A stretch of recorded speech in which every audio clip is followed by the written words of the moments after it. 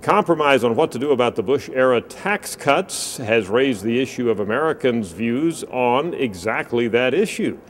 Now, the compromise that President Obama initially agreed to, of course, says extend the Bush tax cuts for 2 more years for everybody. Some critics have said, wait a minute, don't Americans want the tax cuts extended for everybody but the wealthy? Well, let's look at the data. Interestingly, over this past weekend, we asked Americans a very simple question. We simply said, if you had to vote on a bill, would you vote yes or no if the bill extended the Bush-era tax cuts for 2 more years for everybody? We didn't qualify, we just said for everybody. And what do we find? Well, you can see it there. 66% of Americans said they would vote yes for that kind of referendum issue. And of course, that's what is being contemplated right now as a solution for the expiring tax cuts. So this is for everybody. So it certainly suggests that Americans would go along with the extension of the tax cuts for everybody if that is in fact the final decision that's made.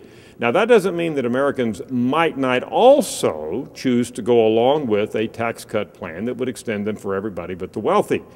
We did ask a question a week or 2 ago where we gave Americans more choices, made it more complicated, and sure enough, we had slightly more than 4 out of 10 saying they would opt for extending the tax cuts except for the wealthy, and slightly fewer, about 4 out of 10, who say they would opt just for extending them for everybody. So given a choice, Americans might tilt towards extending them, but not for the wealthy. However, when you don't give Americans a choice, when you just lay out for them the basic idea of extending them for everybody or not, as I've been telling you, 66% of Americans said yes.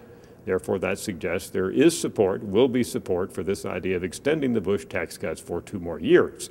By the way, in that same poll, we also asked Americans about extending unemployment benefits for 13 months.